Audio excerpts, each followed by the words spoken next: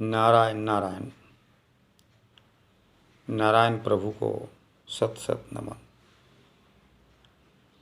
ब्रह्मांड के सभी प्राणियों को मेरा सादर प्रणाम। आज का विषय है मेरी मन की बात। कभी कभी मन में तरह तरह के प्रश्न उठते हैं कि एक संसार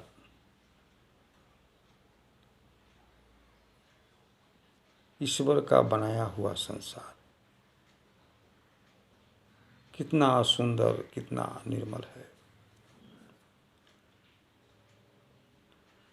मैंने उतना ज्ञानी तो नहीं हूँ, लेकिन मन में ये विचार उठता है, बड़े बड़े महापुरुषों का प्रवचन, बड़े बड़े ग्रंथों का के बारे में सुनना और बड़े बड़े संत महात्माओं का प्रवचनों में ये सुना जाता है कि संसार में 84 लाख जीव जंतु है और उसमें भ्रमण करना पड़ता है। मैं इसे 2 क्षण के लिए मान लें और पूरा संसार इस पर विषय पर एक मत होते हैं कि ये सभी जीव जंतु में वही आत्मा व्याप्त है जो हम में है। और बारी बारी से कई बारी संसार में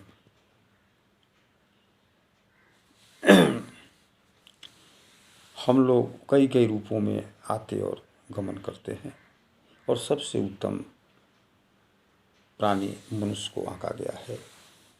और जहाँ तक वास्तविकता भी नजर आता है कि हमें इस मानव जीवन में अनेक विशेषताएं ईश्वर ने दी है, लेकिन मन में ये विचार उठता है कि यह पृथ्वी असंख्य वर्षों से विराजमान है और हमारी आयु, एक मनुष्य जाति का आयु 100 साल का गया है। इस समय अवधि के अंतराल में एक प्राणी को कितने बार आना और जाना पड़ा होगा। आज समाज का जो स्थिति है, हम एक दूसरे को ही दृष्टि से देखते हैं। अगर जरा चिंतन किया जाए कि जो सामने वाले हैं, हो सकता है किसी योनि में, किसी अवसर में वो हमारे अपने रहे होंगे। आज मैं एक दूसरे संगठित परिवार से बंधा हूँ, हो सकता है कल किसी जीवन में वो मेरे किसी योनि के रूप में वो हमारे पारिवारिक सदस्य रहे हों, अपने रहे हों, जिसे आज मैं एक पराया के रूप में उसके साथ व्यवहार करते हैं, उसके साथ ईर्ष्या रखते हैं। ये सारी परिस्थितियों को आकलन करते हुए मन में एक चिंतन होता है। जब ये मन में चिंतन होता है कि सामने वाला हो सकता है किसी जन्म मेरे में अपने रहे होंगे, तो ऐसे उनके प्रति मेरे आदर का भाव बढ़ जाता है। कोई महिलाएं हो, ये विचार उठे ये कभी मेरी अपनी बहन रही होगी, मेरी कहीं माँ रही होगी। तो जब ऐसे विचार उत्पन्न होते हैं तो उनके साथ एक प्रेम का अभाव प्रकट होता है और मैं उनके साथ अच्छा व्यवहार रखता हूँ। आज समाज में